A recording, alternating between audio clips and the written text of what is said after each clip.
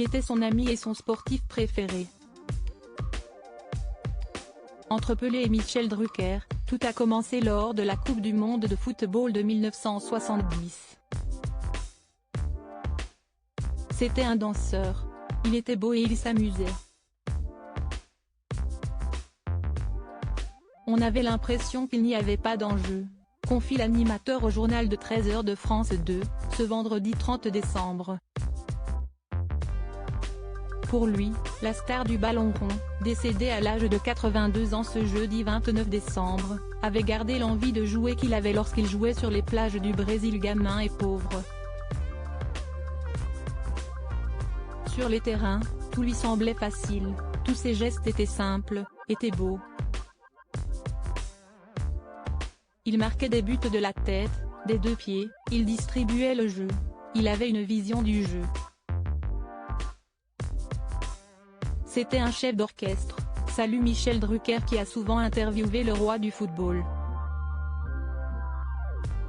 L'animateur retrouve le triple champion du monde sur ses plateaux, mais aussi lors de rencontres sportives.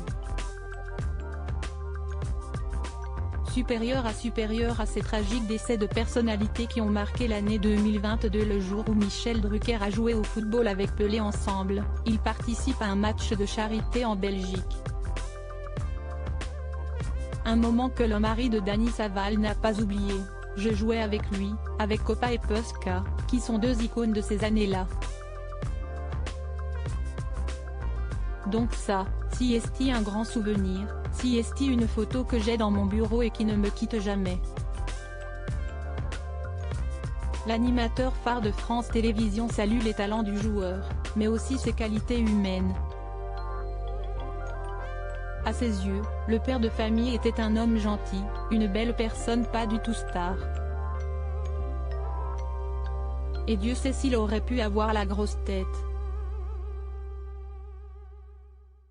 La triste nouvelle de son décès a été annoncée ce jeudi 29 décembre au soir par ses proches. Admis à l'hôpital Albert Einstein de Sao Paulo, depuis le 29 novembre 2022, et de son Aranches do Nascimento, de son vrai nom, se battait contre un cancer du côlon en multipliant les traitements et les chimiothérapies. Crédit photo, capture d'écran journal 13h France 2.